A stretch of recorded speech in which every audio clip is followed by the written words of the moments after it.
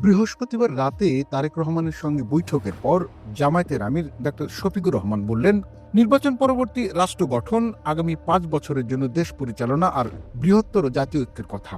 আগামী নির্বাচন অনুষ্ঠিত হবে একই দিনে জাতীয় সংসদ নির্বাচন এবং গণভোট। সংস্কারের জন্য গণভোট আর সরকার গঠনের জন্য সাধারণ নির্বাচন। 12 তারিখের এই নির্বাচন নির্বিঘ্ন হোক, সুন্দর হোক এবং গ্রহণযোগ্য হোক,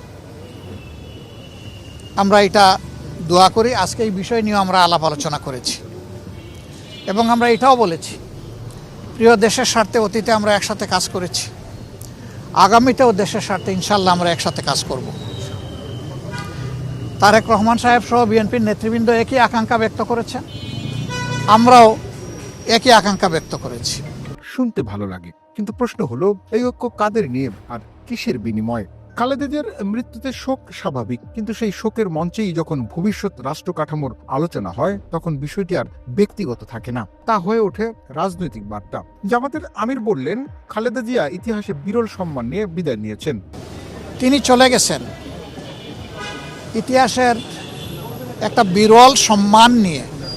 তার শেষ বিদায় সম্বর্ধনা অনুষ্ঠিত হয়েছে গতকাল এবং মানুষ আবেগ দিয়ে, চোখের পানি দিয়েই তাকে বিদায় দিয়েছে।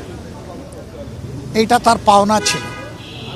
উনি জাতির জন্য যে অবদান রেখেছেন, তিনি তার পাওনাটাই আল্লাহর পক্ষ থেকে পেয়েছেন।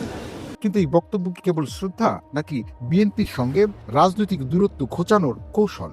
সবচেয়ে গুরুত্বপূর্ণ বাক্যটি এসেছে এখানেই, নির্বাচনের পর শপথ নেওয়ার আগেই আবার বৈঠক হবে। যে 5টা বছরের জন্য জাতির স্থিতিশীলতার স্বার্থে একটা সুন্দর পরিবেশ ফিরিয়ে আনার স্বার্থে আমরা সবাই মিলেমিশে ভালো কোনো চিন্তা করতে পারি কিনা, সেইটাও আমাদের চিন্তা করা দরকার। এবং আমরা এটাও বলেছি, নির্বাচনের পরপরই, সরকার গঠনের আগেই আমরা ইনশাল্লাহ বসবো, খোলা মনে কথা বলবো, জাতির জন্য আমরা চিন্তা করব, জাতির জন্য আমরা সিদ্ধান্ত নিব। মানে কি, ভোটের আগে জনগণের কাছে নয়, ভোটের পরে ক্ষমতার ভাগবাটোয়ারা? এটা কি জনগণের ভোটের প্রতি আস্থা, নাকি নির্বাচনের ফলকে ঘিরে পেছনের দরজার রাজনীতি? ডক্টর শফিকুর রহমান বলছেন, আগেও রাজপথে একসঙ্গে আন্দোলন হয়েছে, ঠিকই এই দেশ দেখেছে সেই ঐক্যের ফল, সংখ্যালঘু নির্যাতন, উগ্র রাজনীতির উত্থান আর রাষ্ট্রের ভিত কাঁপানো বিভাজন। তাহলে প্রশ্ন থেকে যায়, নতুন বাংলাদেশ করতে কি আবার সেই পুরনো সঙ্গী? একদিকে নির্বাচন স্বচ্ছ করার কথা, অন্যদিকে নির্বাচন পরবর্তী সমীকরণ, একদিকে গণতন্ত্রের বুলি, অন্যদিকে অদৃশ্য সমঝোতা। এই বৈঠক কি আদর্শের মিল, নাকি ক্ষমতার অঙ্কে নতুন যোগ বিয়োগ? অনেকে বলছেন এটা জাতীয় ঐক্য নয়, এটা নতুন ষড়যন্ত্রের নীল নকশা। শেষ প্রশ্ন, এই ঐক্য কি জনগণের জন্য, নাকি ক্ষমতার জন্য? বাংলাদেশ কি আবার ফিরবে পুরনো ছায়ার নিচে, নাকি জনগণই ঠিক করবে কে হবে সত্যিকারের অংশীদার?